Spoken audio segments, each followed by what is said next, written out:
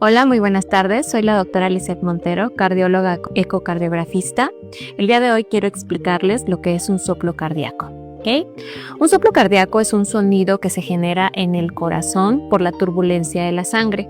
Esta turbulencia puede ser que se genere porque le cuesta a la sangre salir o pasar a través de las estructuras del corazón o que se regrese a un lugar donde no se debería estar regresando.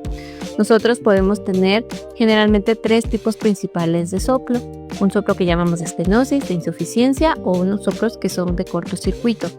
Generalmente el soplo de estenosis es un soplo donde la turbulencia de la sangre genera este ruido porque no puede pasar de una cavidad que normalmente está a otra porque el orificio por el cual tiene que pasar es cada vez más pequeño o se está cerrando. En el caso de la insuficiencia, es un ruido por la turbulencia de la sangre que se regresa a un lugar donde no debería regresarse, generalmente las válvulas del corazón, donde son como puertitas que abren y cierran, y estas pueden ser que no cierren bien o tengan un defecto que hace que la sangre se escape y genere este soplo.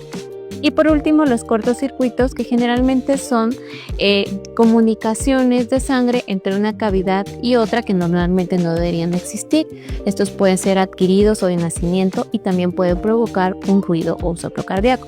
Los soplos los identificamos generalmente a través del estetoscopio, que es nuestra herramienta de diagnóstico, pero podemos estructurarlos y clasificarlos a través de un ecocardiograma para saber exactamente el tipo de soplo y dónde se está produciendo y poder dar un tratamiento si es que lo requiere.